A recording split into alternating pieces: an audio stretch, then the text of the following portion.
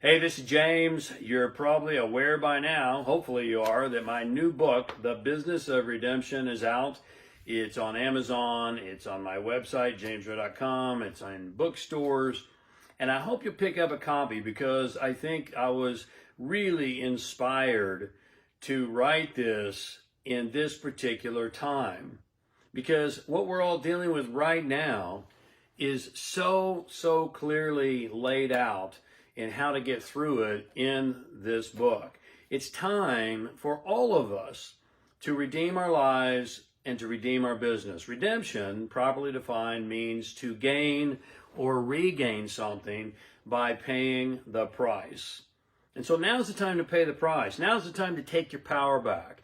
Now's the time to take advantage of this moment and make it, in retrospect, as you look back on it a year from now, some of the very best times in your entire life.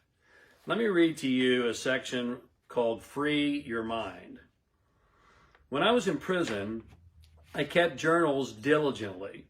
I wrote every single day. It helped me focus and calm my mind. Some good counsel for right now. I wrote about the fact that while my body was surrounded by 4 stark walls, fences topped with barbed wire, and guards carrying guns, my mind was not in prison. In my mind, I could go anywhere. I could be in Paris in a heartbeat if I decided. Then I'd hop down to explore the Amazon. In my mind, I could travel, I could experience, I could imagine. Now, while my body was in prison, my mind and my spirit were completely free. Are you with me on this? I recall sitting in my cell thinking, they may be able to contain my body, but they will never be able to contain my mind. And in that moment, I realized that everyone is in prison. Every single one of us is in a prison of our own making. The sad reality is that everyone also holds the keys to their self-imposed cell. But unfortunately, most don't realize it. And some never will. If I could sit in a tiny prison cell, sometimes shackled, but always contained, yet find a way to make it meaningful and purposeful, then anyone can. We can all do more in our daily lives that is wrought with challenges, to find purpose through pain. So why don't we? Why don't we make more of an effort to reach for purpose instead of dwelling on pain? It's actually pretty simple. We limit ourselves by external circumstances, and we overlook the fact that the keys we're holding are right in our very hands. Far too many people become their own worst enemy. Have you ever done that? Their own greatest nemesis. They're both their own jailer and the guard. You see, it's much easier, even though it's counterproductive, to feel sorry for ourselves. At least it seems that way in the short run. Believe me, I've done this. I think we all do. It's human to think life is unfair. And guess what? You're right. Life is unfair. But we have to deal with it, don't we? We have to pick up and get on with it. You see, the difference between the leader and those who never lead is how long we allow ourselves to stay in poor me land. It's a slippery slope in the depths of a victim mentality. And very few possess the mental fortitude and the emotional strength to push back against the slide. Fighting the battle is a daily process, isn't it?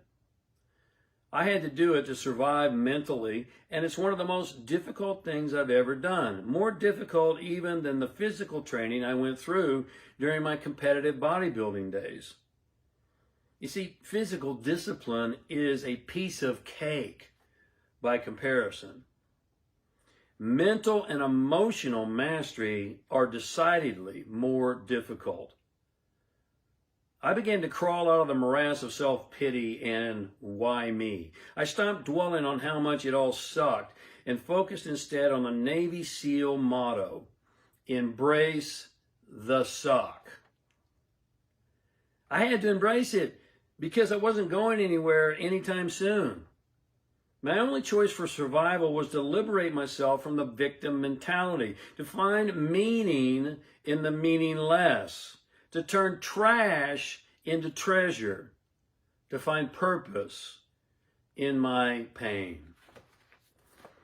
Look, I hope that's helpful to you today, and that's my challenge and my encouragement to you.